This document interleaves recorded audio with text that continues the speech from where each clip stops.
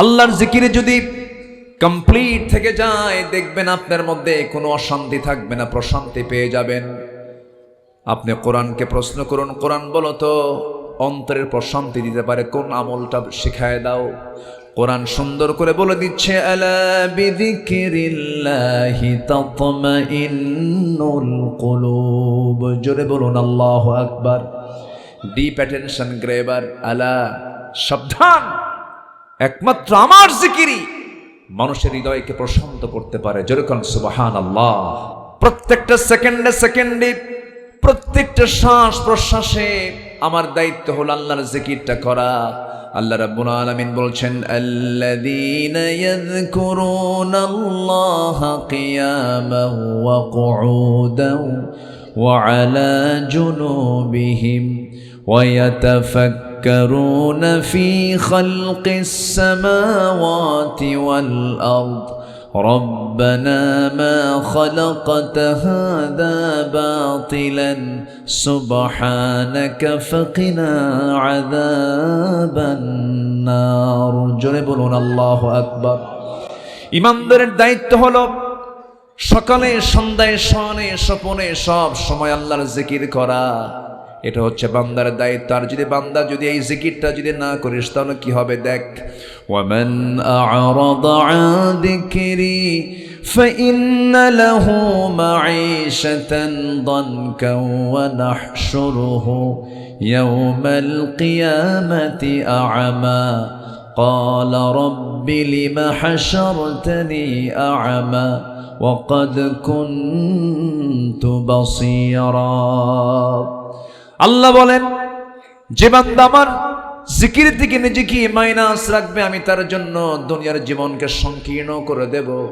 দুনিয়াতে সে সুখী হবে না, অশান্তির আগুনে দাও দাও করে জ্বলবে। এবং কালকে কিয়ামতের ময়দানে আমি ওই সমস্ত বান্দাগুলোকে আমি আল্লাহ আমার সামনে তাকে অন্ধ করে কানা করে তুলবো। জোরে কর নাউযু বিল্লাহ। কত ভয়ঙ্কর বিষয়। এবং এই আয়াতের শেষে আল্লাহ রাব্বুল আলামিন বলছেন, ওই সময় বান্দা যখন বলবে, আল্লাহ দুনিয়াতে আমার চক্ষু ছিল, আজকে আমি অন্ধ করে উঠলাম কেন? আজকে তুমি আমাকে অন্ধ করে তুললে কেন? আল্লাহ বলবেন, তোকে আমি এই জিকিরটা দিয়েছিলাম, কোরআনটা দিয়েছিলাম, তুই এটাকে ভুলে গিয়েছিল, আমাকেও ভুলে গিয়েছিল। ওয়াকাযালিকাল ইয়াওমা তুনসা। আজকে আমিও তোকে ভুলে গেলাম, আজকে তোকেও ভুলে গেলাম। চিন্তা করে দেখুন, হাশরের ময়দানে আল্লাহ যদি আমাকে একটাবার বলে ফেলেন তোকেও ভুলে গেলাম, এর চাইতে বড় বিপদ আর বান্দার জীবনে কি হতে পারে নাকি? প্রাণের অধিক বেশি যার দাম, রাহমাতাল লিল আলামিন। জানো কি তোমরা তাহার নাম, রাহমাতাল লিল আলামিন। অসহায়ের বুকে যে জন গোপনে করে সওয়ার, দরুদ পড়ে সুবহ ও শাম, রাহমাতাল লিল আলামিন। গরিবের আহার দিতেন, নিজে হয়ে রোজাদার, নিয়মর ভালোবাসার খাম, রাহমাতাল লিল আলামিন। জানো কি তোমরা তাহার নাম, রাহমাতাল লিল আলামিন। ফটিকছড়ি উপজেলার উত্তর 12 মাসিয়া আদর্শ যুব কল্যাণ পরিষদ কর্তৃক আয়োজিত 13তম বার্ষিক তাফসীরুল কোরআন মাহফিল 2026 মহৎ আয়োজনের সম্মানিত সুযোগ্য সভাপতি, সামনে উপস্থিত আজকের মাহফিলের প্রধান আকর্ষণ, যাদেরকে নিয়ে আজকের এই সাজানো গোছানো বর্ণাঢ্য আয়োজন, তৌহিদের পতাকাবাহী, কালিমার ঝান্ডাবাহী, দিন ইসলামের নরসারদুল বীর মুজাহিদ, প্রাণ প্রিয় সম্মানিত দিনী ভাইরা, আড়ালে বসে আছেন শ্রদ্ধেয়া সম্মানিতা মা বোনেরা, আলোচনার সূচনায় আনুষ্ঠানিকতার মধ্য দিয়ে আমার পক্ষ থেকে আবারও দিল খোলা সালাম, আসসালামু আলাইকুম ওয়া রাহমাতুল্লাহি ওয়া বারাকাতুহু। সবাই কেমন আছেন? আমাকে প্রশ্ন করলেন, বেগুন কেন আছেন? হ্যাঁ, আইগম আছে। আল্লাহর মেহেরবানি যে মহান আল্লাহ তাআলা আমাকে আপনাকে বারবার একটা মাহফিলে দেখার সুযোগ করে দিচ্ছেন। দেখতে দেখতে 6টি বছর হয়ে গেল আল্লাহ তাআলা আমাকে এই নগণ্য গোলামকে এখানে আসার সুযোগ করে দিয়েছেন। আমরা সবাই কালিমত শুকর আদায় করি, মুহাব্বাতান বলে উঠছি আলহামদুলিল্লাহ।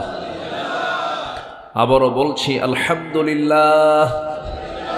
চিৎকার মেরে বলছি আল্লাহুম্মা ইন্নী আসআলুকা আল হুদা ওয়াত তুকা ওয়াল আফাফা ওয়াল গিনা। সবাই বলি আল্লাহুম্মা আইন্নি আলা যিকরিকা ওয়া শুকরিকা ওয়া হুসনি ইবাদাতিকা। আমরা আল্লাহ তাআলার শুকর আদায় করে নিলাম। আমরা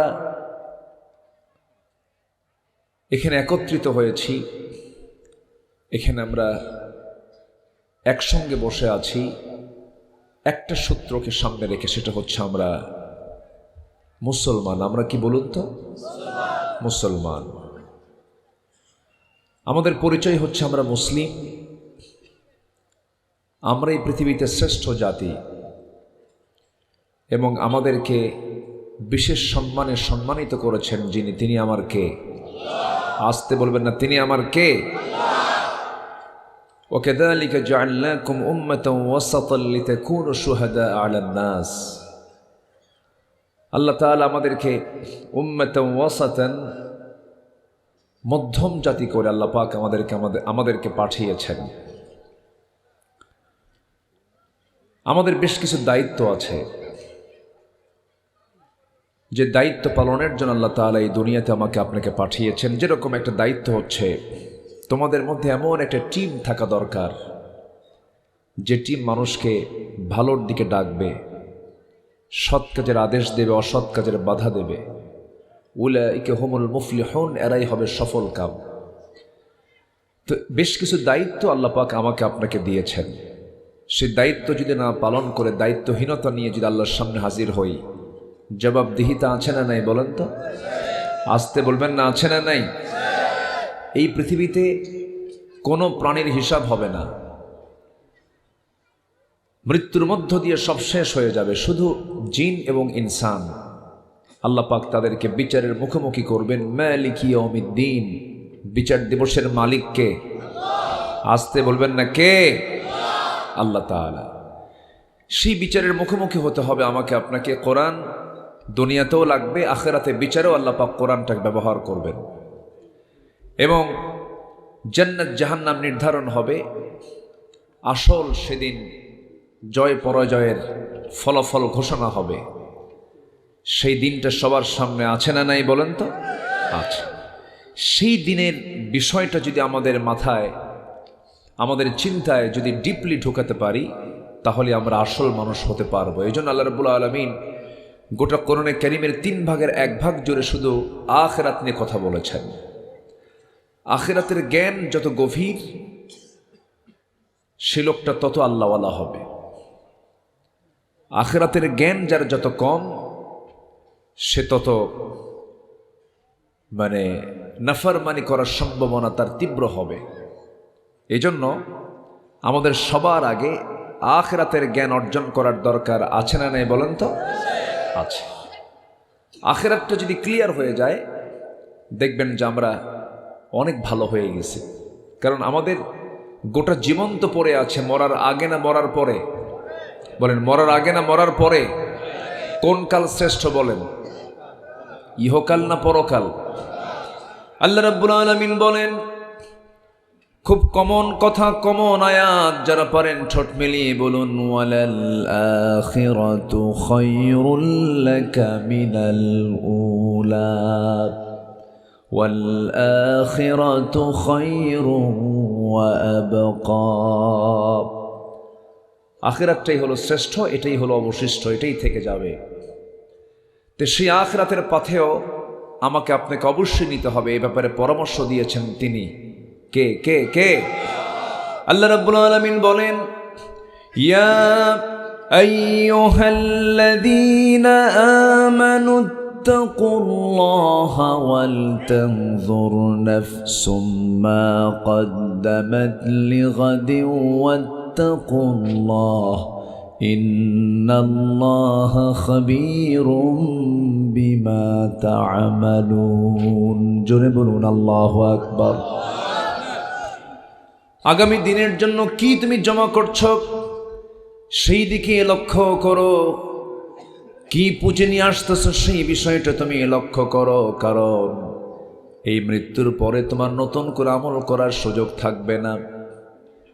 এবং এমন সূক্ষ্ম করে আমি তোমার বিচারটা করবো, একটা আয়াত আমাকে অত্যন্ত ভাবিয়ে তোলে, فَمَن يَعْمَلْ مِثْقَالَ ذَرَّةٍ خَيْرًا يَرَهُ وَمَن يَعْمَلْ مِثْقَالَ ذَرَّةٍ شَرًّا يَرَهُ।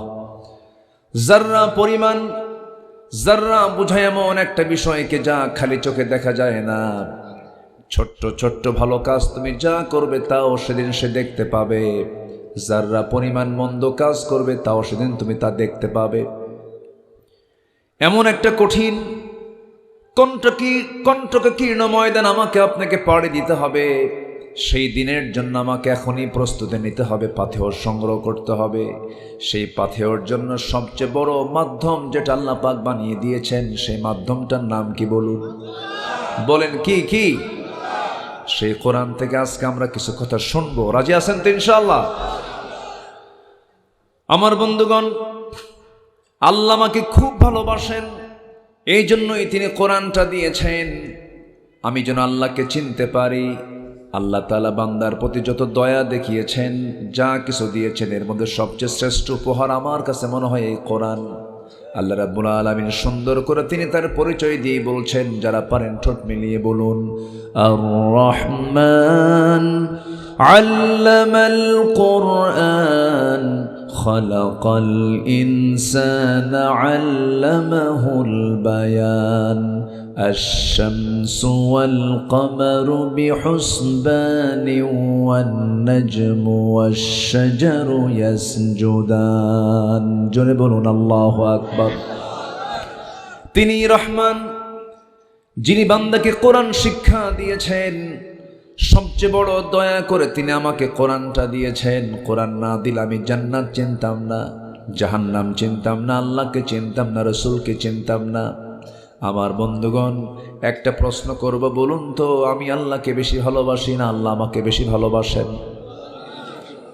অনেকে চিন্তায় পড়ে গেছেন মনে হয়। আমি আল্লাহকে বেশি ভালোবাসি না আল্লাহ আমাকে বেশি ভালোবাসেন? আল্লাহ আমাকে বেশি ভালোবাসেন। তাই যদি না হয়, গোটা রাত ধরে অন্যের বউ নিয়ে রাত্রি শুয়ে থাকে, মদের বোতল নিয়ে গোটা রাত কাটায়া দেয়। আল্লাহ আমাকে কত বেশি ভালোবাসেন, ওই মদ্য পয়সানাকারের নাকের ডকা অক্সিজেন আল্লাহ পাক সরবরাহ করে থাকেন। এরপরে বলেন, বান্দারে তওবা করে ফিরায়, এই সমস্ত গুনাহ তোর জীবন থেকে আমি আল্লাহ মাফ করে দেব।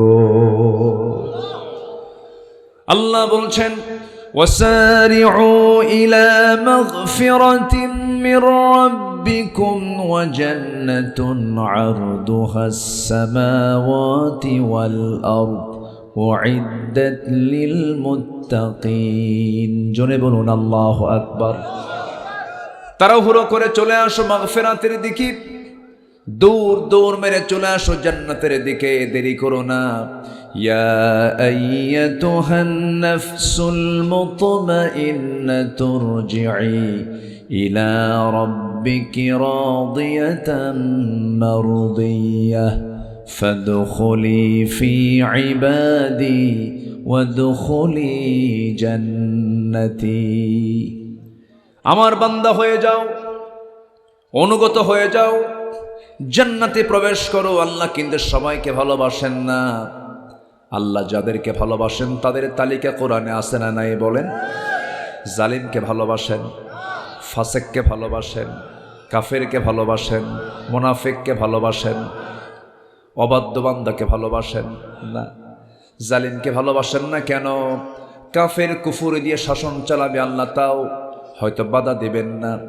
কুফুরি শাসন কিন্তু টিকসই হতে পারে, কিন্তু মুসলমান যদি জালেম হয় আল্লাহ পাক তাকে টিকে রাখেন না, তাকে ধ্বংস করে দেন। যেমন আল্লাহ তাআলা 16 বছর যারা জুলুমশাহী চালু করেছিল দেশে, 16 বছর আল্লাহ পাক তাদের জুলুমের অবসান ঘটিয়ে দিয়েছেন। শুধু তাদেরকে শেষ করেন নাই, দেশের মাটিতেও তাদের কোনো জায়গা নাই। আসতে কোন কেন? কি জুলুম না করলো তারা! এক দৌড়ে মামু বাড়ি দিল্লি গিয়ে বসে আছে। কষ্ট পাচ্ছেন নাকি আমার কথা? মাহফিলে তো আমাদেরকে আবার বলা হতো আগে যে হুজুর ওয়াজ করবেন আকাশ নিয়ে আর কবর নিয়ে, দুনিয়ার কোনো বিষয় নিয়ে কথা বলা যাবে না, এটা আমরা দেখে নেব, মদ খাবো আমরা আর দোয়া করে দিবেন হুজুররা। এটাই চলেছে 16 বছর।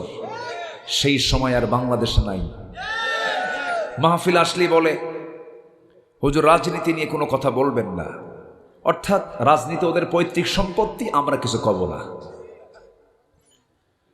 আচ্ছা, আপনি হুন্ডায় চলতে নিয়ে শান্তির হাটে যাওয়ার পথে, শান্তির হাট নাকি যাওয়ার পথে আপনার বাইক থেকে পড়ে গিয়ে আপনার হাতটা ভেঙে গেছে, কবজির এখানে ভেঙে গেছে। তো ডাক্তারের শরণাপন্ন হওয়ার পর আপনি ডাক্তারকে যদি বলেন, ডাক্তার মহোদয় আপনি আমার মাথা থেকে পা পর্যন্ত সব জায়গায় আপনি আমার শরীরটাকে আপনার হাত দিয়ে আপনি নার্সিং করেন, সমস্যা নাই, সব জায়গায় হাত দেন, কিন্তু ওই ভাঙ্গা জায়গায় হাত দেওয়া যাবে না। বলেন তো হাত ছাড়বে? হাত দিতে হবে কোথায়? ওই ভাঙ্গা জায়গায়। ভাঙ্গা হাড়কে ঠিক করার জন্য ভাঙ্গা হাড়ই আগে হাত দিতে হবে, টেনে এটাকে সোজা করতে হবে, ঠিকঠাক করতে হবে, প্লাস্টার করে দিতে হবে। তো ভাঙ্গা হাত ঠিক করার জন্য যেমন অন্য কোথাও হাত দিলে হবে না, ভাঙ্গা জায়গায় হাত দিয়ে এটাকে সোজা করতে হবে। সমাজের মধ্যে এখন সবচেয়ে বড় ক্রাইসিস হলো সৎ নেতৃত্বের সংকট, যোগ্য নেতৃত্বের সংকট। সৎ যোগ্য নেতা নির্বাচনে জাতিকে সচেতন করার জন্য আলেমদের অবশ্যই কথা বলার দরকার, কোরআন থেকে বলার দরকার আছে না নাই? আর সেই দিন নাই হাদিরা জীবন দেওয়া শিখেছে, আর সেই দিন নাই স্নিগ্ধ আবু সাইদরা জীবন দিতে শিখেছে। তরুণ প্রজন্ম সচেতন, ওই রকম করে আর দেশ চালাতে পারবেন না। তরুণ প্রজন্ম তারা গণভবন দখল করা শিখেছে, সেখানে গিয়ে লাঞ্চ করা শিখেছে, মুরগির রান খাওয়া শিখেছে। অতএব সলচাতুরি কইরা, দখলবাজি কইরা, 2 নম্বরই করে আর এই বাংলার ভূখণ্ডে টিকসই হওয়া যাবে না। রাগ করতেছেন নাকি আপনারা? আলোচনা শুরু করি। আল্লাহ সবাইকে ভালোবাসেন না, আল্লাহ ভালোবাসেন কিছু বান্দাকে। এর মধ্যে আমি 8 জনের তালিকা আজকে আমি দিতে চাচ্ছি। আল্লাহ তাআলা 8 জন বান্দাকে ভালোবাসেন, জোরে বলি সুবহানাল্লাহ। আল্লাহ রাব্বুল আলামিন 1 নম্বরে ভালোবাসেন হলো ইন্নাল্লাহা ইউহিব্বুত তাওয়াবিনা ওয়া ইউহিব্বুল মুতাতাহহিরিন।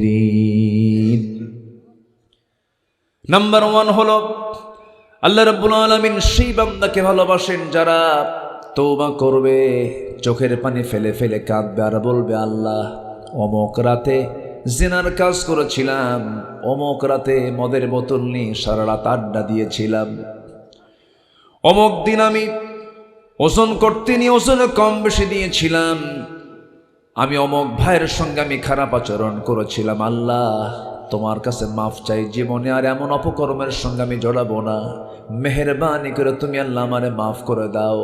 আল্লাহ বলেন, বান্দারে, বান্দা যখন পাপ করে আমার কাছে মাফ চায়, ওই বান্দার প্রতি আমি এমন খুশি হয়ে যাই, ওই বান্দার সমস্ত গুনাহগুলো আমি আল্লাহর সঙ্গে সঙ্গে মাফ করে দেই। জোরে কোন সুবহানাল্লাহ। যদি কারো তওবা কবুল হয়ে যায়, আত-তাইবু মিনাজ যামবি কামান লা যামবা লাহ, রাসূল বলেছেন যার তওবা কবুল হয়ে যায় তার পূর্বের জীবনে কোনো গুনাহই থাকে না। বলেছেন মুহাম্মদ সাল্লাল্লাহু আলাইহি ওয়াসাল্লাম, তওবা করব কার কাছে? ভালোবাসবেন কে? আসতে কবেন না, ভালোবাসবেন কে? আমার দেশে কিন্তু কিছু লোক আছে, একটা পাবলিক আছে আমার দেশে, যে বলে আমার কোনো গুনাহই নাই, আমার তো কোনো পাপই নাই, আমি আমিন কব কেন? এক প্রোগ্রামে গিয়ে বলতেছে, আমি আমিন কেন বলবো, আমার তো কোনো গুনাহই নাই। টাঙ্গাইলের এক নেতা আছে লতিফ সিদ্দিকী, এই কথা বলেছিল। সে 20 কয়েক বছর আগে আরেকটা বাজে কথা বলেছিল যে হজ হচ্ছে মুহাম্মাদের ব্যবসা। হজ কার হুকুম? আবার বিশ্বনবী মুহাম্মদ সাল্লাল্লাহু আলাইহি ওয়াসাল্লাম তিনি কার রাসূল? বলেন কার রাসূল? তাহলে আমার নবীকে নিয়েও বাজে কথা বলেছিল, হজকে নিয়েও বাজে কথা বলেছিল।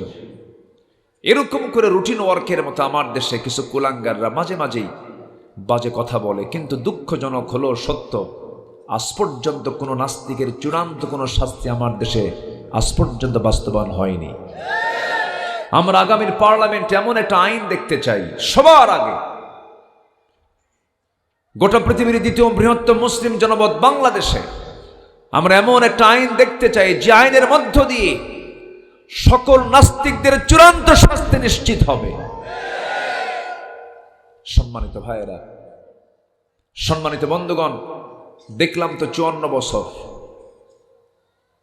মুসলিম নেতৃত্ব, মুসলিম পরিবারের সন্তানরাই দেশ শাসন করেছে, কিন্তু নামাজ প্রতিষ্ঠার বদলে, নামাজ কায়েমের বদলে, নামাজের বিল আনার বদলে তারা মদের আইন পাশ করেছে, তারা সুদের আইন পাশ করেছে, বেশ্যাবৃত্তির লাইসেন্স দিয়েছে। আমরা সব দেখা শেষ করেছি, আমরা আগামীর সরকারকে দেখতে চাই নামাজের সরকার। সবাইকে রাজি আছেন? আমরা আগামীর সরকারকে দেখতে চাই হলো ইসলামের সরকার। রাজি আছেন কারা কারা? হাত উঁচু করে দেখান।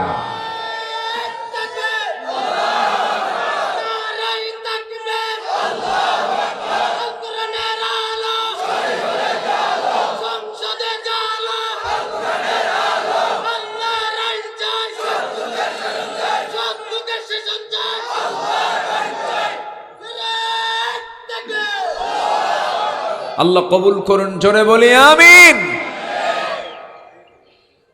সম্মানিত ভাইয়েরা, আমরা তওবা করব কার কাছে? আসতে বলবেন না, কার কাছে?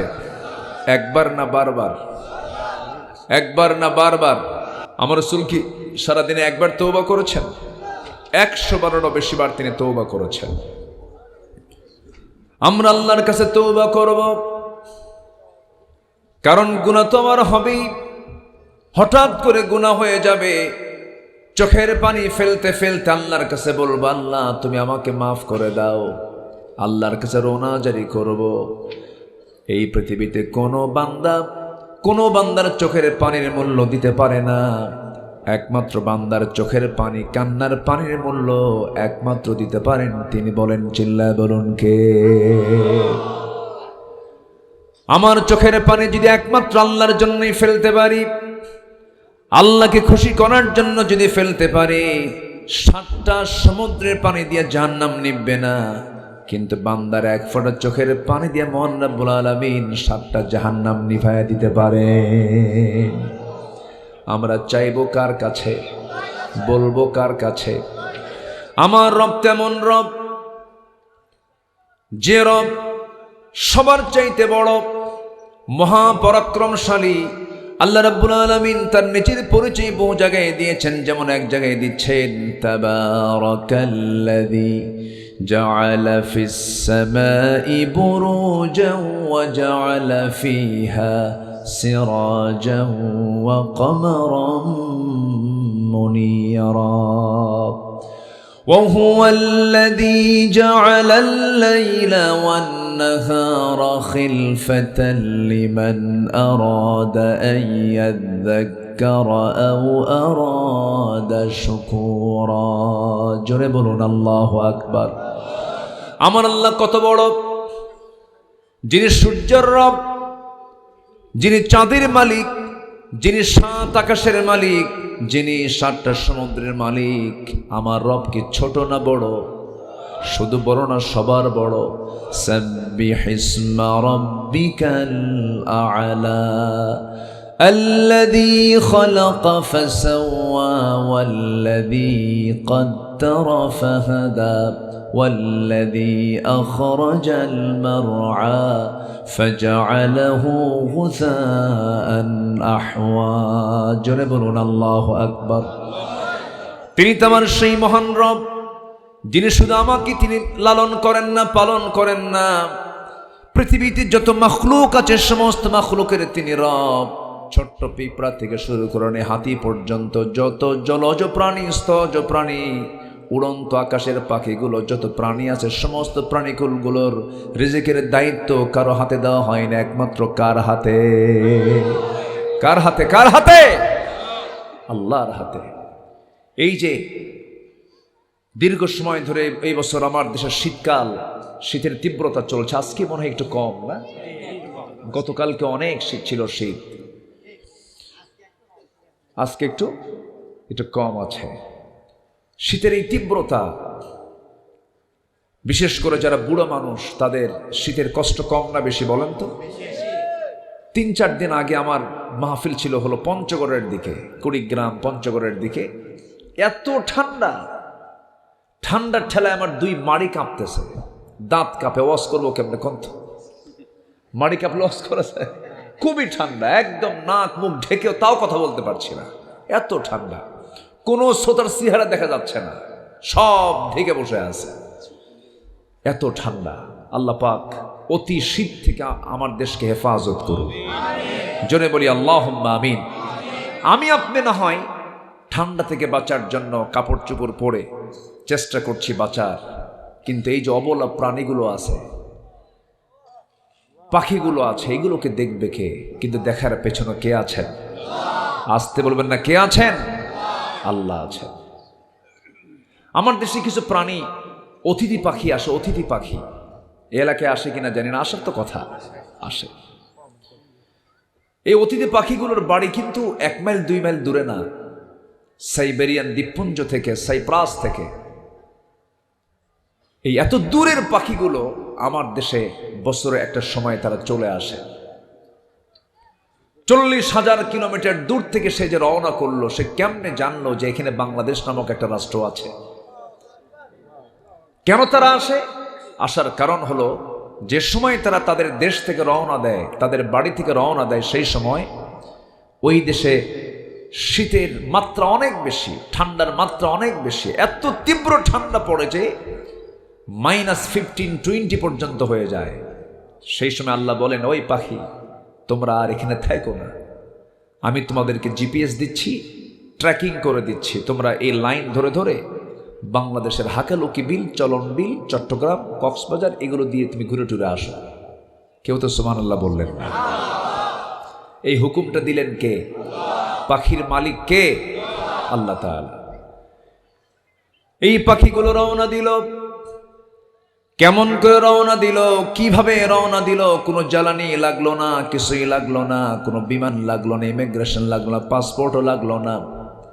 এত সুন্দর করে তারা একটা লাইন ধরে ধরে রওনা দিয়েছে। আল্লাহ তাআলা তাদের মাথার মধ্যে, মস্তিষ্কের মধ্যে একটা প্রোটিন দিয়েছেন, ওই প্রোটিনটা ফলো করে করে একই লাইন ধরে ধরে বাংলাদেশে চলে আসে। 6 মাস থাকার পর সেই ওই লাইন ধরে তারা আবার তাদের দেশে ফিরে চলে যায়। এই জিপিএস কে দিয়েছেন? আরো সহজ হবে বিষয়টা বোঝার জন্য, সবার বাড়িতে কবুতর আছে তো কম বেশি। কবুতর আপনি হাটে নিয়ে গেছেন বিক্রি করার জন্য 50 মাইল দূরে, সেই কবুতর কিন্তু আবার ফিরেও আসে। আসে কিনা? এরকম লোকও আছে এক কবুতর 5 বার বেছে। কয়বার? আসে তো কি করবো, আবার বেছে। কয় বেছে দিল? কবুতর বেছে কয়বার? একবার। কিন্তু আপনি করবেন কি? সে তো বেঁচে রেখে আসছে, কিন্তু আবার সে চলে আসে। 50 মাইল দূর থেকে কি সে কি স্থলভাগে হেঁটে আসে? নিয়ে যায় কিসে? স্থলভাগে। নিয়ে যায় কিসে? স্থলভাগে। মানুষ তো স্থলভাগে নিয়ে যায়। স্থলভাগে নিয়ে গেল, বিক্রি করে দিল মালিক। মালিক বিক্রি করে দেওয়ার পর যখন বাড়িতে রওনা দিয়েছে, বাড়িতে আসার আগেই ওই কবুতরটা বিকৃত হওয়ার পরও সে আকাশে উড়ে, সে তার দিক নির্ণয় করে সোজা সে তার বাড়িতে, সে তার আগের মালিকের বাড়িতে ফিরে আসে। জোরে কোন সুবহানাল্লাহ। এই দিক নির্ণয় ওই ছোট্ট পাখির মধ্যে এমন জিপিএস কে ঢুকায় দিয়েছেন? আল্লাহ ঢুকায় দিয়েছেন। কেন বললেন ও পাখিরা এই জায়গার ঠান্ডার তীব্রতায় তো রক্তগুলো জমে তুই মরে যাবি, তুই যেন না মরিস, তোকে আমি জিপিএস দিলাম, তুই চলে যা বাংলাদেশে। চলে আসে। এই প্রাণীগুলো জিকির করে কার?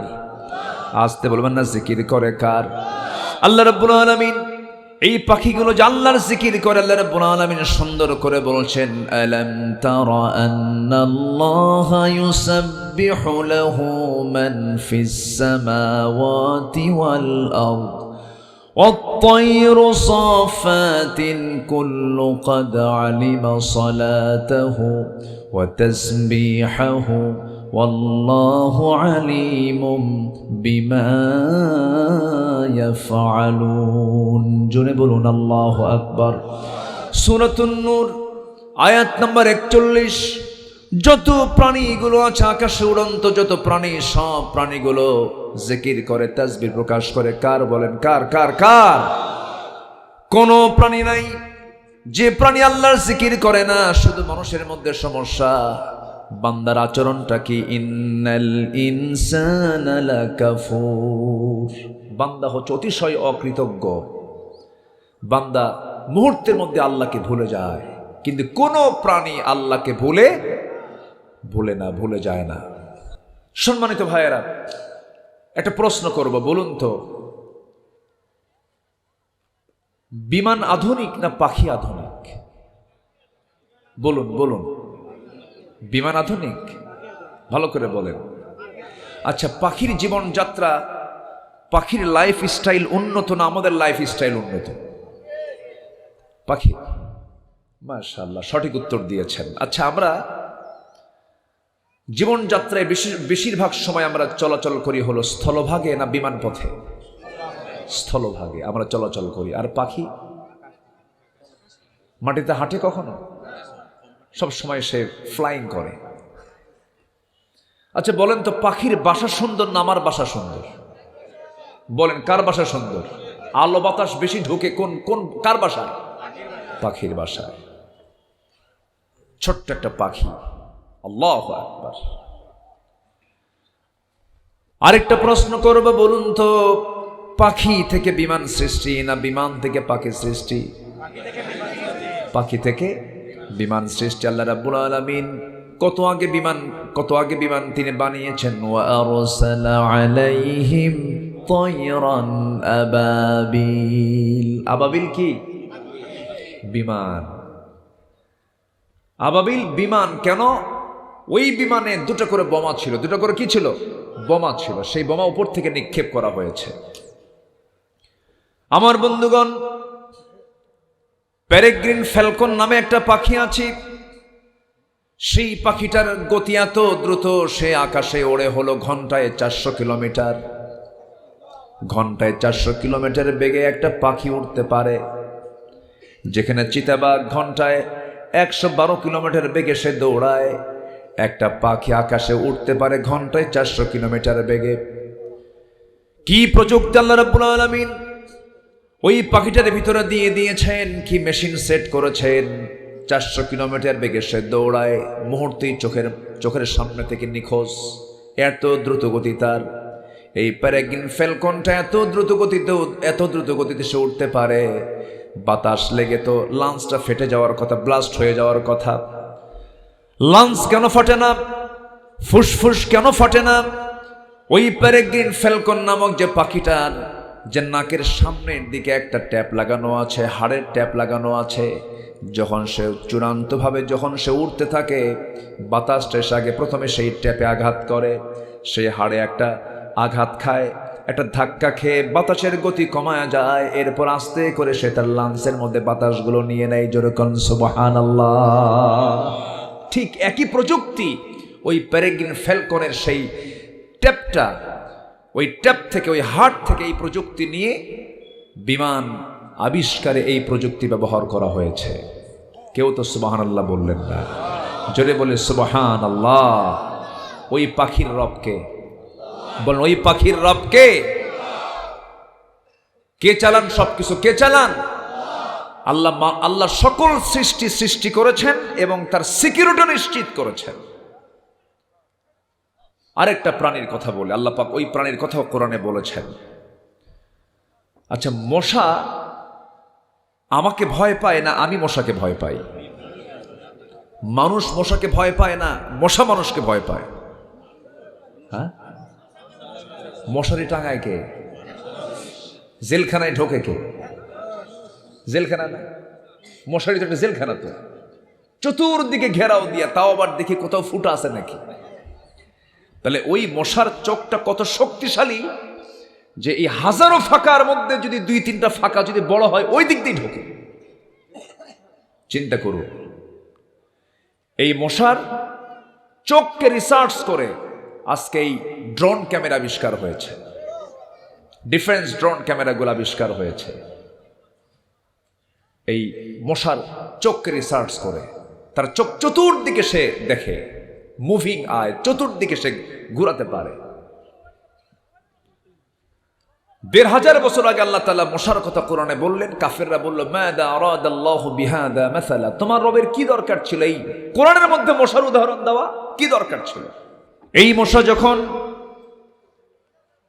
কোন বান্দা যখন চতুর্দিকে দেখলো শীত, চতুর্দিকে ঠান্ডা পড়েছে, এই সময় তো মশা থাকার কথা নয়। চতুর্দিকে নেটিং করা আছে, ঘরের মধ্যে কোথাও মশা সে দেখতে পেল না। সে করলো কি, মশারি না টাঙাই শুয়ে পড়েছে, লাইটটা বন্ধ করে। 10 মিনিট যায় নাই, তার আগেই দেখা যায় অন্ধকারের মধ্যে নাকের কাছে, কানের কাছে সে সারেগামা পাধানিসা আছে কিনা বলেন, হয় কিনা? আপনার চোখে ধরা পড়লো না, আলো দিয়াও অন্ধকারে আপনাকে কেমন করে সে খুঁজে বের করলো? কেমন করে সম্ভব? বিজ্ঞান বলছে প্রত্যেকটা মশার মধ্যে আল্লাহ রাব্বুল আলামিন এমন ঘ্রাণ শক্তি দিয়ে দিয়েছেন, 75 ফুট দূর থেকে সে টের পায় এটা এখানে কনসোলের মধ্যে শুয়ে আছে। যেরকম সুবহানাল্লাহ। এখানেই শেষ নয়। আমি আপনি যখন আপনার দেহ থেকে রক্ত কালেকশন করতে যাব, সহজ কাম নাকি বলেন? প্যাথোলজিস্টকে কত অভিজ্ঞতা নিতে হয়। একটা নিডল ঢোকাতে গেলে, একটা সিরিঞ্জ ঢোকাতে গেলে অনেক অভিজ্ঞতার প্রয়োজন আছে, কিন্তু প্রচন্ড আঘাত লাগে যদি বেকায়দা হয়ে যায়, ফুলে যায়।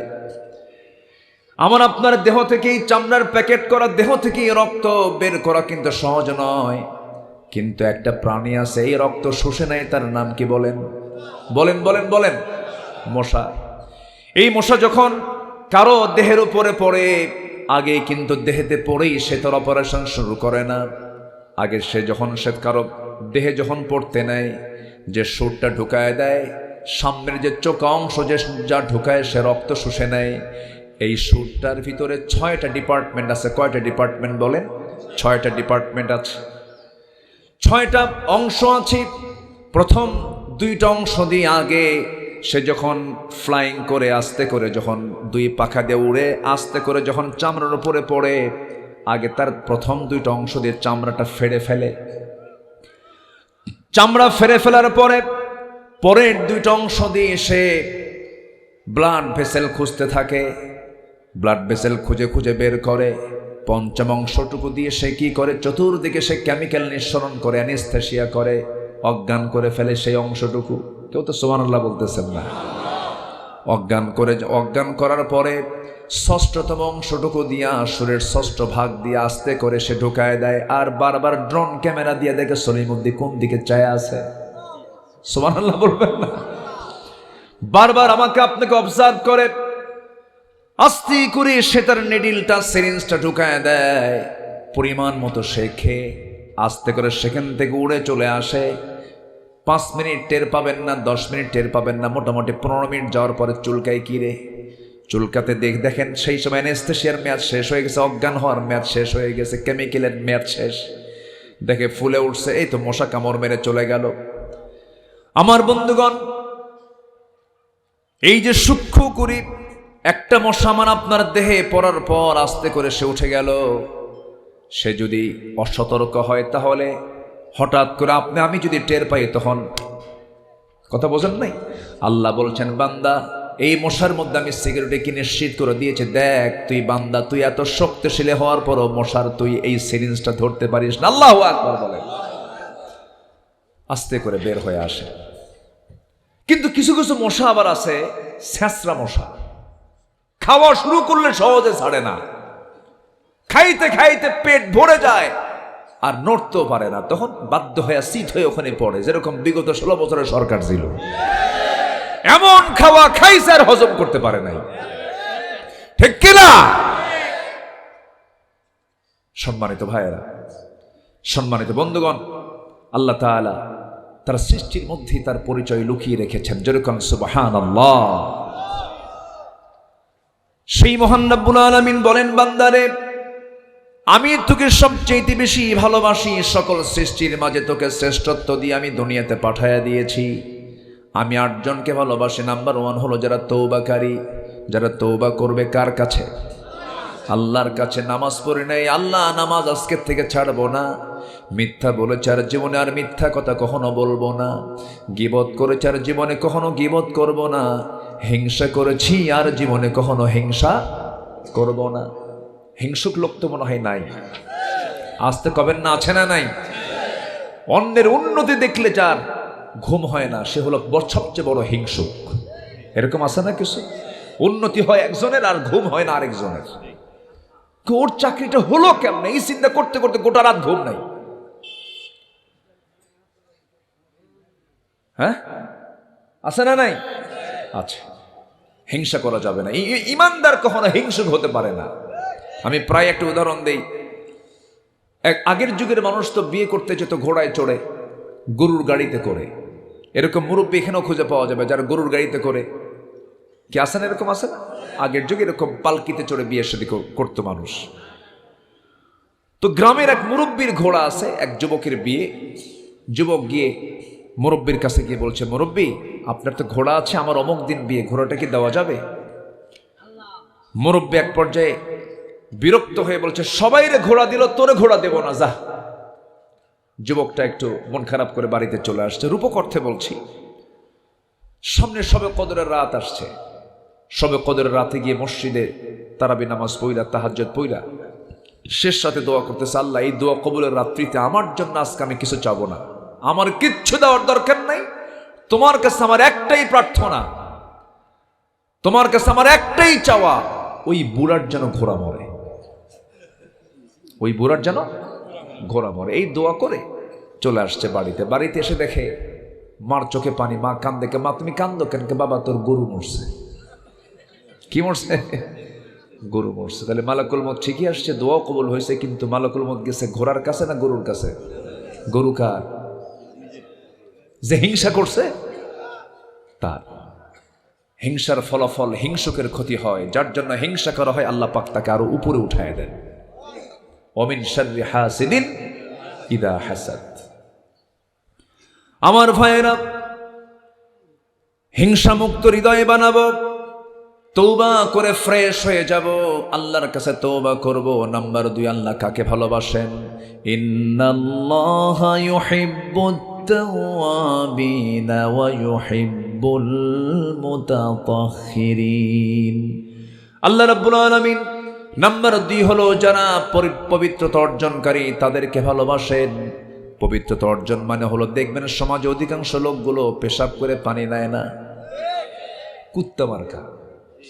কুকুর কি পানি নেয়? আস্তে কুকুর পানি নেয়? কুকুর শুধু একটা ঠ্যাং খাড়া করে আর ঠ্যাং খাড়া করে নাই, এতটুকুই তফাৎ। উলাইকা কাল আনআম বাল হুম আদাল। এটা কিন্তু আমার কথা না, এই জন্তুর যে কথা আল্লাহ নিজেই তো বলে দিয়েছেন, উলাইকা কাল আনআম। হয়তো ভাষা হয়তো শুনতে আপনাদের খারাপ লাগছে, হুজুর আপনি এরকম করে তুলনা করলেন, এটা আমার তুলনা না তো, এই তুলনা কার? উলাইকা কাল আনআম বাল হুম আদাল, এর চেয়েও খারাপ। দুটা গেল, আমি 8 ধরনের মানুষকে আল্লাহ তাআলা ভালোবাসেন, এর মধ্যে দুটা বললাম, আরো লম্বা কথা ছিল, আমি শর্ট করে বলছি। নাম্বার 3, আল্লাহ কাকে ভালোবাসেন? বিরক্ত হচ্ছেন নাকি আপনারা?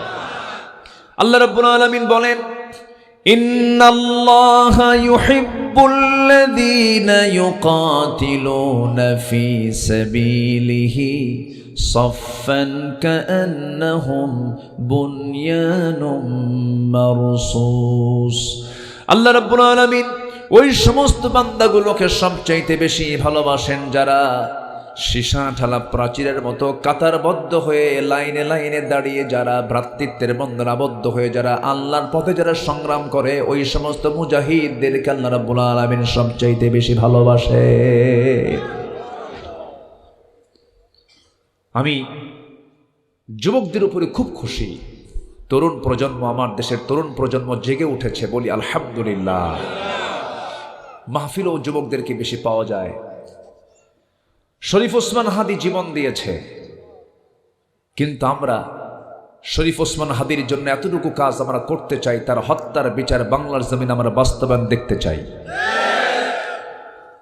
তার হত্যার যদি বিচার বাস্তবায়ন না হয়, আমার আপনার বিচারও বাস্তবায়ন হবে না, ঠিক কিনা বলেন? আমরাও বিচার পাবো না। এটি একটি চ্যালেঞ্জ।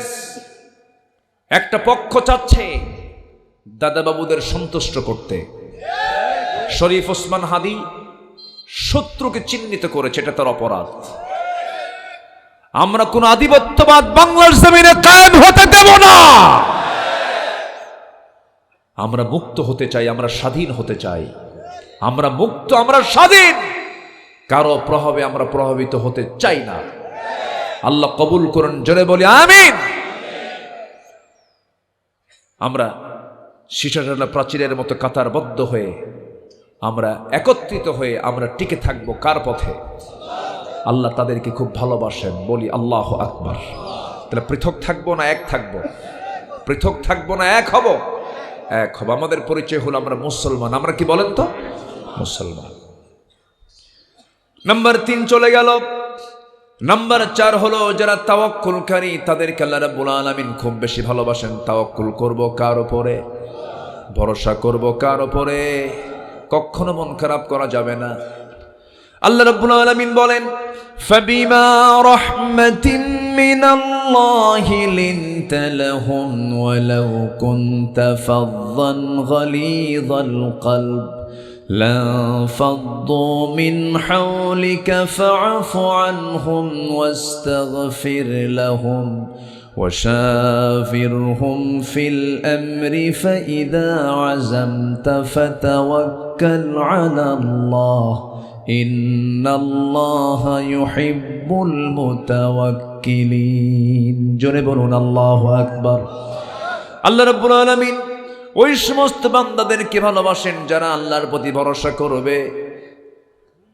যে অবস্থায় থাকুক না কেন, সন্তান হলেও খুশি, না হলেও খুশি, সন্তান ছেলে হলেও খুশি, মেয়ে হলেও খুশি, ব্যবসায় লাভ হলেও খুশি, লস হলেও খুশি। আল্লাহর উপরে কখনো মন খারাপ করা যাবে না, কখনো মনক্ষুণ্ণ হওয়া যাবে না।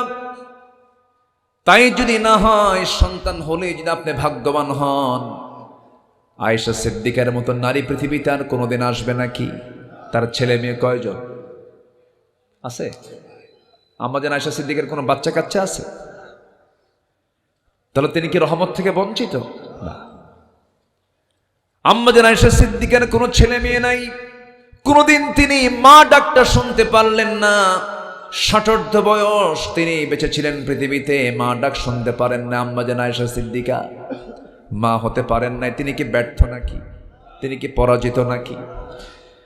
ওইদিকে চলে যান, আমার নবীর দিকে তাকান। আমার নবীজির 4টা ছেলে সন্তান আল্লাহ পাক তাকে দান করেছিলেন। 4টা সন্তান শৈশবেই দুনিয়া থেকে বিদায় হয়ে গেল। আমার নবীজির জীবন থেকে 4টা ছেলে সন্তান দুনিয়া থেকে বিদায় নিয়েছেন। নবীজি কখনো মনক্ষুণ্ণ হয়েছেন নাকি? তিনি কি ব্যর্থ নাকি? তিনি কি পরাজিত নাকি? সন্তান হওয়া না হওয়া, ছেলে হওয়া না হওয়া। আবার ওই দিকে তাকান, মারিয়াম আলাইহিস সালাতু ওয়াস সালামের স্বামী ছিল নাকি? স্বামী ছিল? ছিল না। মনক্ষুণ্ণ হওয়া যাবে না। আল্লাহ যা দিয়েছেন তার উপরে সন্তুষ্ট থাকতে হবে। আমাদের সমাজে কিছু কিছু মহিলা আছে, এক বাড়িতে 4টা ছেলে, তার ঘরে 4টা মেয়ে। আল্লাহকে বলে, আল্লাহ তোমার চোখ কি ঠিক আছে নাকি? কি কথা বলছেন নাই? যেরকম নাউজুবিল্লাহ। রহিম মিয়ার বাড়িতে 4টা ছেলে আর আমার ঘরে 4টা মেয়ে। আমার বাড়ির 2 মেয়ে ওই বাড়িতে ঢুকায় দে, ওই বাড়ির 2টা ছেলে আমার বাড়িতে ঢুকা দিলে তো অঙ্ক মিলে যায়। দেখেন অঙ্ক করে কেমনে, আছে না নাই? সবচেয়ে উত্তম অঙ্ক জানেন কে? কে জানেন? আল্লাহ জানেন। কখনো আল্লাহর শুকরিয়া ছাড়া অকৃতজ্ঞ বান্দা হওয়া যাবে না। আমরা শুকরিয়া আদায় করব কার? জিকির করব কার? আমার দায়িত্ব হলো কার জিকির করা। জানেন এই পৃথিবীতে কোনো কাজে প্রশান্তি পাবেন না যদি আপনার জিকিরটা যদি না ঠিক থাকে। কার জিকির? আল্লাহর জিকির। আল্লাহর জিকিরে যদি কমপ্লিট থেকে যায়, দেখবেন আপনার মধ্যে কোনো অশান্তি থাকবে না, প্রশান্তি পেয়ে যাবেন। আপনি কোরআনকে প্রশ্ন করুন, কোরআন বলো তো অন্তরের প্রশান্তি দিতে পারে কোন আমলটা শিখায় দাও। কোরআন সুন্দর করে বলে দিচ্ছে, আলা বিযিকরিল্লাহি তাতমাইন্নুল কুলুব। জোরে বলুন আল্লাহু আকবার। Deep attention গ্রেবার। আলা, সাবধান, একমাত্র আমার জিকিরই মানুষের হৃদয়কে প্রশান্ত করতে পারে। যেরকম সুবহানাল্লাহ। আমরা জিকির করব কার? এক সময় না সব সময়, একবার না বারবার, প্রত্যেকটা সেকেন্ডে সেকেন্ডে, প্রত্যেকটা শ্বাস প্রশ্বাসে আমার দায়িত্ব হলো আল্লাহর জিকিরটা করা। আল্লাহ রাব্বুল আলামিন বলছেন, আল্লাযীনা ইয়াযকুরুনাল্লাহা কিয়ামান ওয়া কুউদান ওয়া আলা জুনুবিহিম ওয়া ইয়াতাফাক্কারুনা ফী খালকিস সামাওয়াতি ওয়াল আরদ ربنا ما خلقت هذا باطلا سبحانك فقنا عذاب النار। জোরে বলুন আল্লাহু আকবার। ইমানদারের দায়িত্ব হলো সকালে সন্ধ্যায় শয়নে স্বপনে সব সময় আল্লাহর জিকির করা। এটা হচ্ছে বান্দার দায়িত্ব। আর যদি বান্দা যদি এই জিকিরটা যদি না করিস তাহলে কি হবে? দেখ, ওয়ামান আ'রাদা আন যিকরি ফাইন্না লাহু মাঈশাতান দানকা ওয়া নাহশুরুহু ইয়াওমাল কিয়ামাতি আ'মা قال رب لم حشرتني أعمى وقد كنت بصيرا। আল্লাহ বলেন, যে বান্দা আমার জিকির থেকে নিজেকে মাইনাস রাখবে, আমি তার জন্য দুনিয়ার জীবনকে সংকীর্ণ করে দেব। দুনিয়াতে সে সুখী হবে না, অশান্তির আগুনে দাও দাও করে জ্বলবে।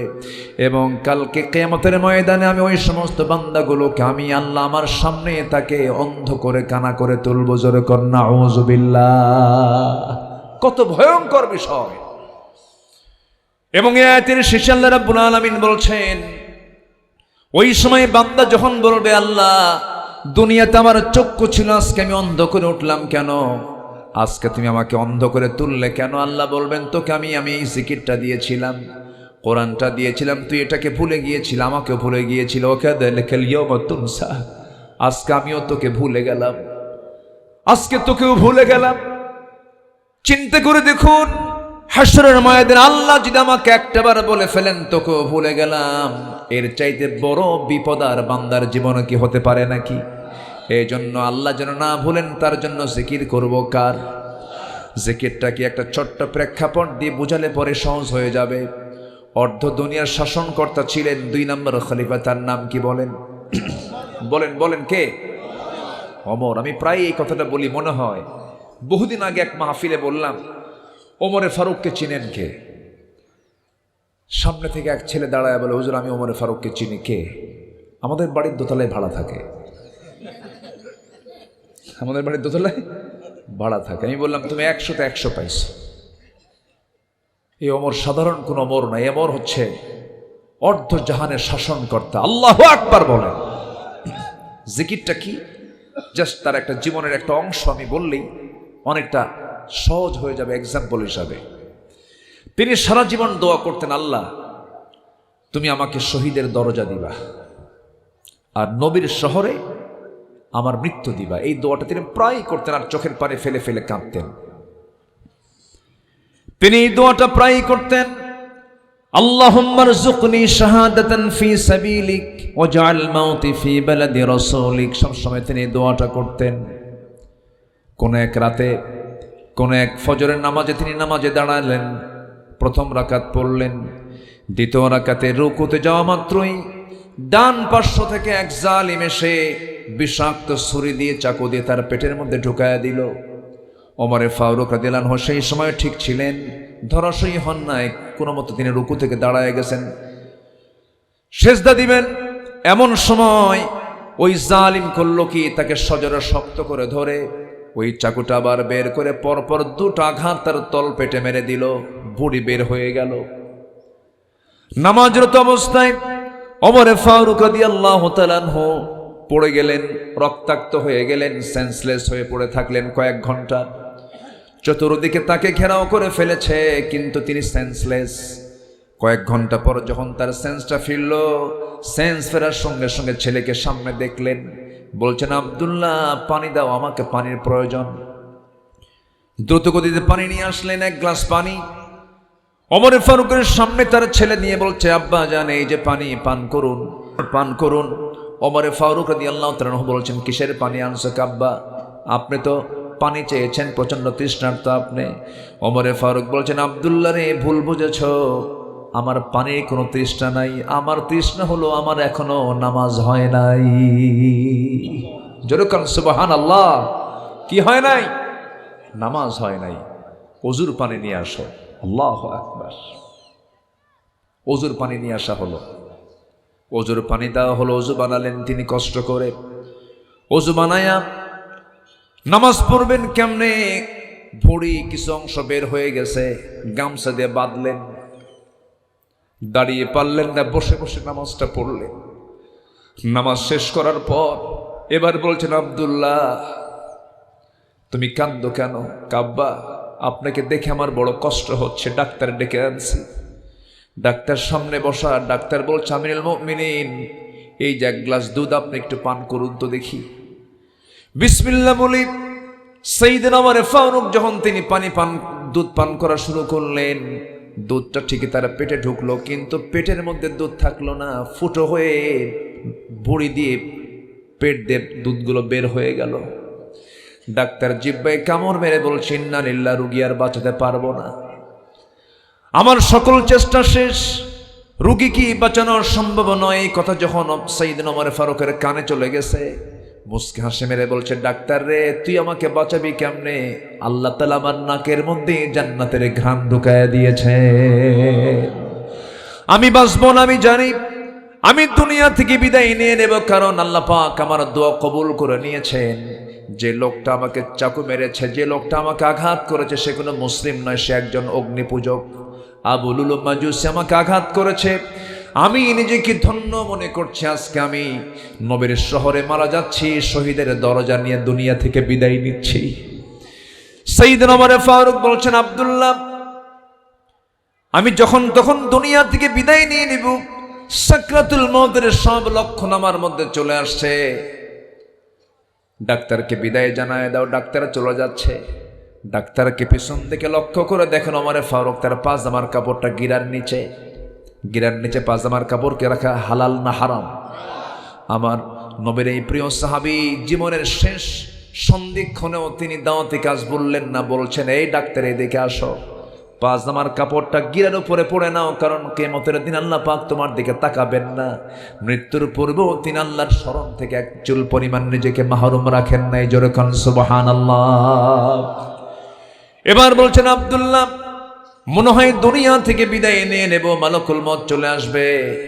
আমার ভাই আবু বকর তো দুনিয়া থেকে চলে গেল আমার আগেই, সেই সুন্দর একটা জায়গা নিয়ে ফেলেছে, আমার নবীর কবরের সঙ্গে তার কবর। ওরে আব্দুল্লাহ, আমার জীবনের বড় একটা শখ, আমি আমার নবীর সঙ্গে ঘুমাবো। নবীর পাশে আমি ঘুমাতে চাই। যাও আব্দুল্লাহ, তুমি একটু আম্মাজান আয়েশা সিদ্দিকের কাছে যাও, কারণ তো তার তো ঘর, তারই জায়গা। সে যদি আমাকে দয়া করে যদি জায়গাটা দিয়ে দিত, আমার সবটা পূরণ হয়ে যেত। যাও তো আমার পক্ষ থেকে একটা প্রস্তাব দিয়েই দেখো। চলে গেছেন, গিয়ে প্রস্তাবটা দিয়ে দিলেন। বাবার পক্ষ থেকে ছেলে বলছিলেন, আমার আব্বা এই প্রস্তাবটা আপনাকে দিয়েছেন। আম্মা জান আয়েশা সিদ্দিকা রাদিয়াল্লাহু তাআলা আনহা প্রস্তাব শোনা মাত্রই তিনি কেঁদে ফেললেন। আর কাঁদতে কাঁদতে বলছেন, অর্ধ দুনিয়ার শাসনকর্তা ওমরের মতো মানুষ আমার কাছে প্রস্তাব নিয়ে আসে, আমার কাছে প্রস্তাব পাঠায় দেয়, আমি কেমন করে প্রত্যাখ্যান করি? আমি আয়েশা, আমার ঘরের যতটুকু অংশ ফাঁকা ছিল এটা আমার জন্য রেখেছিলাম, আমি আমার জায়গাটুকু অর্ধজনের শাসনকর্তা ওমর আমি দান করে দিলাম। আল্লাহু আকবার।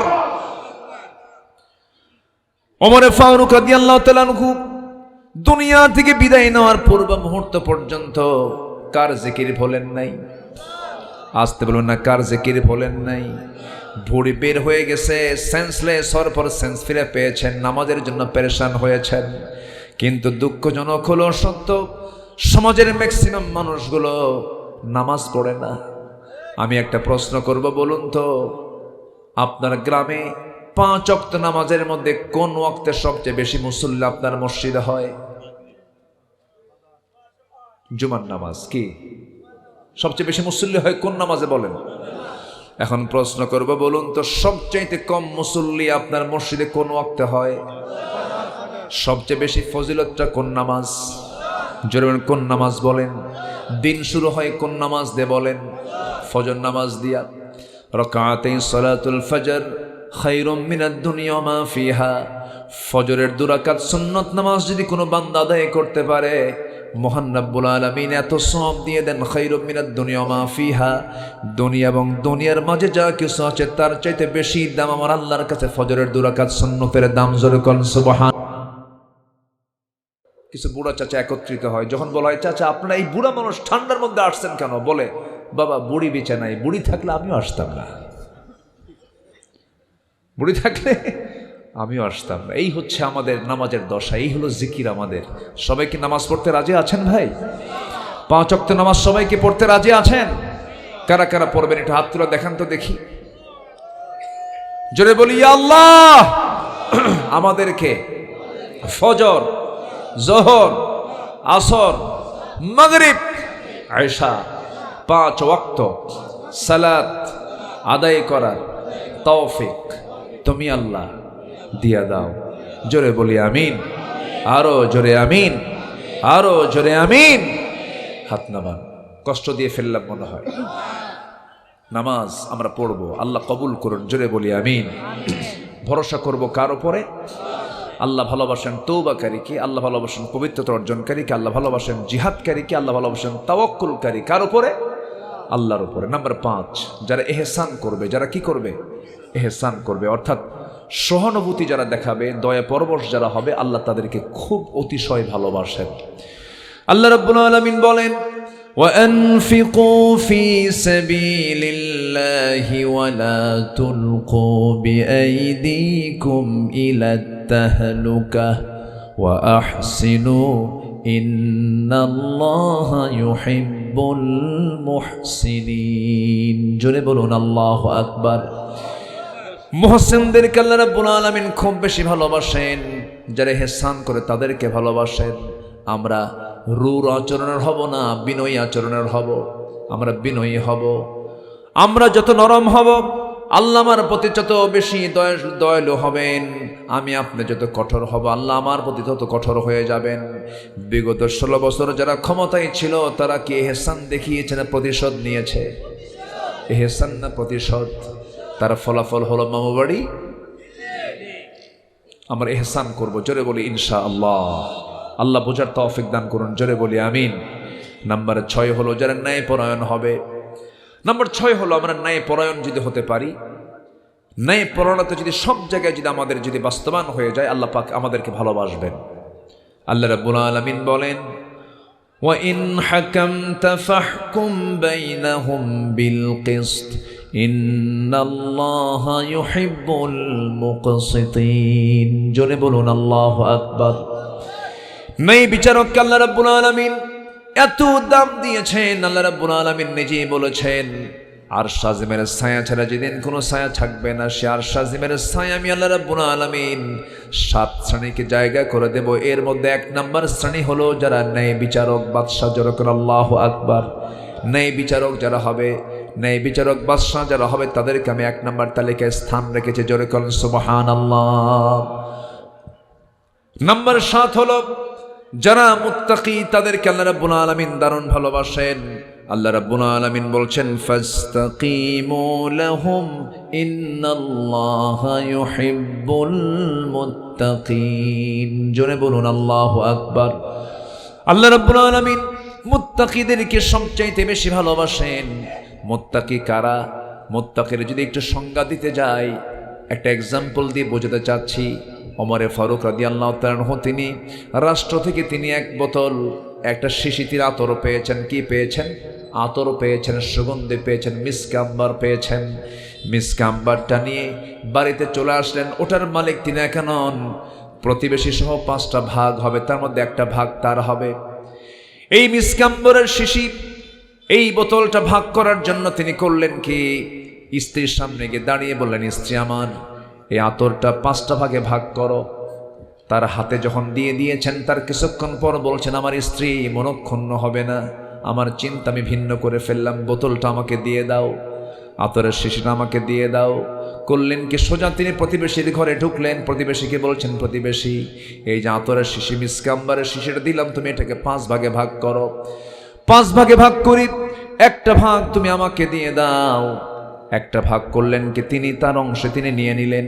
সে একটা অংশ আতরটা নিয়ে এবার স্ত্রীর সামনে দাঁড়িয়ে বলছে, স্ত্রী, আল্লাহর কসম করে বলে আমি তোমাকে বিশ্বাস করি, আমি তোমাকে সন্দেহ করি না, আমি তোমাকে মাপতে দিলাম না এই জন্য, ভাগ করতেই দিলাম না এই জন্য, কারণ এই আতর যখন তুমি ভাগ করতে যাবে, সমান ভাগে ভাগ করলে, কারণ তরল জিনিস সমান ভাগে তুমি ভাগ করতে পেরেছো, ভালো কথা, কিন্তু ভাগ করতে নিয়ে কিছু অংশ আতর হাতে লেগে যাবে, তোমার হাতে লাগলে পরে গায়ে লেগে যাবে। এতটুকুন ফ্যাসিলিটি, এতটুকুন সুযোগ সুবিধা আমি চাই নাই মনে করে ওই আতরের দায়িত্ব, আতর ভাগের দায়িত্ব আমি অন্যের কাঁধে চাপায়া দিয়েছি। জোরে করেন সুবহানাল্লাহ। এটার নাম কি? তাকওয়া। আমরা মুত্তাকি হব, জোরে বলি ইনশাআল্লাহ। আর জোরে বলি ইনশাআল্লাহ। বনের সম্পত্তি মেরে খাওয়া যাবে? মুত্তাকি কি বনের সম্পত্তি মেরে খাবে? সে ইনসাফ করবে, সুন্দর করে বন্টন করবে। বাপ মারা গেছে, তার পরের দিনে উচিত ভাই বোনদেরকে ডাক দিয়ে, বড় ভাইয়ের অথবা বড় বোনের দায়িত্ব হচ্ছে সবাইকে ডাক দিয়ে যার যা অংশ, এটা প্রাপ্য অংশ বুঝিয়ে দেওয়া। 1 যুগ পার হয়, বনের সম্পত্তি ভাই বুঝে দেয় না। এরকম ভাই তোমার হয় ফটিক ছড়ি নাই, এ আছে না নাই? আবার বনের সম্পত্তি বোনকে দেবে না বলে গ্রামের কিছু মাতব্বর ভাড়া করে, আছে না? মাতব্বরকে বলে, তোমাকে আমি এত টাকা দেব, মামলার বৈঠকের বিচারের রায়টা তুমি আমার পক্ষে দিয়ে দিবা। বোনকে সম্পত্তি থেকে বঞ্চিত করে এমন কিছু বদমাইশ ভাই আছে না নাই? আছে। কি টেকনিক বাস! বনের সম্পত্তির ধান বিক্রি করে ওমরা করতে যায়। ওমরা করতে যায়, ওমরায় জমজম পানি নিয়ে আসে, খেজুর টেজুর নিয়ে আসে। এরপরে মদিনায় গিয়ে সোনার মদিনা থেকে একটা চেন নিয়ে আসে বোনের জন্য। চেন নিয়ে এসে দেশে আসার পরে বোনকে ফোন দিয়ে বলে, বোন তুমি কোথায়? বোন তুমি তাড়াতাড়ি আসো, তোমার জন্য আমি আজওয়া খেজুর নিয়ে আসছি, তোমার জন্য আমি জমজম কূপের পানি আনছি। বোন চলে আসলো, বোনের হাতে আজওয়া দিল, জমজম কূপের পানি দিল। এবার বলছে, বোন মাথাটা একটু নিচু করো, তোমার জন্য সোনার মদিনা থেকে সোনার চেন আনছি। বোন পাবে 1 কোটি টাকার সম্পদ, তার জন্য 2 লক্ষ টাকার একটা চেন নিয়ে আসছে, গলায় দিয়ে এবার বোনকে বসায় দিয়ে বলে, বোন তোমার জন্য মক্কা মদিনা এমন কোনো জায়গায় দোয়া বাদ দিছে, দোয়াও করছি। বোন এখন একটা কথা বলে, কি? বোন একটা কথা বলবো, মন খারাপ করবো না, কি বলো? অংশ নিলে কিন্তু ধ্বংস হয়। কত বড় বাটপার! কি আছে না, আছে না নয়? আচ্ছা, এগুলো কি তাকওয়ার লক্ষণ? পরহেজগার বান্দা কেমন করতে পারে? যার যে প্রাপ্য আমরা বুঝায় দেব, জোরে বলে ইনশাআল্লাহ। এতিম যা পাবে দিয়ে দেব, বোন যা পাবে দিয়ে দেব, যে যা পাবে 16 আনা দিয়ে দেব, আল্লাহ আমাকে জান্নাত বুঝায় দিবেন। আল্লাহ তাআলা এই সমস্ত বান্দাদেরকে ভালোবাসেন। নাম্বার সর্বশেষ 8 হচ্ছে যারা ধৈর্যশীল, এই যে বসে আছেন, বলেন তো মাহফিল বসে থাকা আগে না ধৈর্য আগে? ধৈর্য আগে। সব জায়গায় ধৈর্য লাগে। ধৈর্য ছাড়া কোনো কিছু হয়? ব্যবসা আগে না ধৈর্য আগে? ধৈর্য আগে। লুঙ্গির দোকান দিতে বসেছেন, লুঙ্গি নিয়ে বসেছেন শান্তির হাটে, লুঙ্গি বিক্রি করবেন। এক লুঙ্গি দেখে কি কেউ কিনবে? 10 লুঙ্গি আপনি দেখাবেন, 10 লুঙ্গির কালার দেখে খুলে খুলে দেখালেন, এরপরও কিনতেও পারে নাও কিনতে পারে। এখন কিনলো না, এরপরে কি আপনি রাগ করতে পারবেন? আপনি একটা মুচকি হাসি মেরে বলবেন, হাসি আসবে না, তবু একটা ভেসকি মারা হাসি মারবেন, ঠিক আছে ভাই আয়সা। কিন্তু আপনি যদি বলেন যে তুই 10 লুঙ্গি দেখলে তুই কিনবে না কেন, বাইন্দা ধুয়ে তোরে কেনাবো, ব্যবসা হবে? হবে না। ধৈর্য লাগবে। বিয়া আগে না ধৈর্য আগে? বলেন বিয়া আগে না ধৈর্য আগে? কিছুদিন আগে এক মহিলা আমারে ফোন দিয়ে বলে, হুজুর আমার স্বামী আমাকে সকালেও তালাক দেয়, বিকালেও তালাক দেয়, আমি কি আসি না নাই? কম। এগুলোর কি সলিউশন কি দিবেন বলেন? এটা একটা খেলার মতো মনে করে, জানেন, মানে জাস্ট একটা খেলা। কত যে তালাক দেয় তার হিসাব নাই। আবার পরে আমাদেরকে ফোন দিয়ে বলে, হুজুর ভুল টুল করছে হুজুর, রাগের মাথায় কত কি কইছে হুজুর, দেখেন তো কোনো একটা ফাঁক ফুক দিয়া ফেরতের কোনো ব্যবস্থা আছে কিনা। মানে ও ভাবে কি জানেন, হুজুর মনে হয় নিজে শরীয়তের মালিক। যেরকম নাউজুবিল্লাহ। অসংখ্য পরিবার আছে যারা স্বামী স্ত্রী পরিচয় দিয়ে সমাজে বসবাস করলো, তাদের মধ্যে বহু আগে তালাক হয়ে গেছে, জেনার সংসার হচ্ছে। আছে না নাই? আছে। শুধুমাত্র ধৈর্যহীনতার কারণে। সম্মানিত ভাইয়েরা, সকল জায়গায় ধৈর্যের দরকার। ধৈর্য আছে যার, সফলতা আছে তার।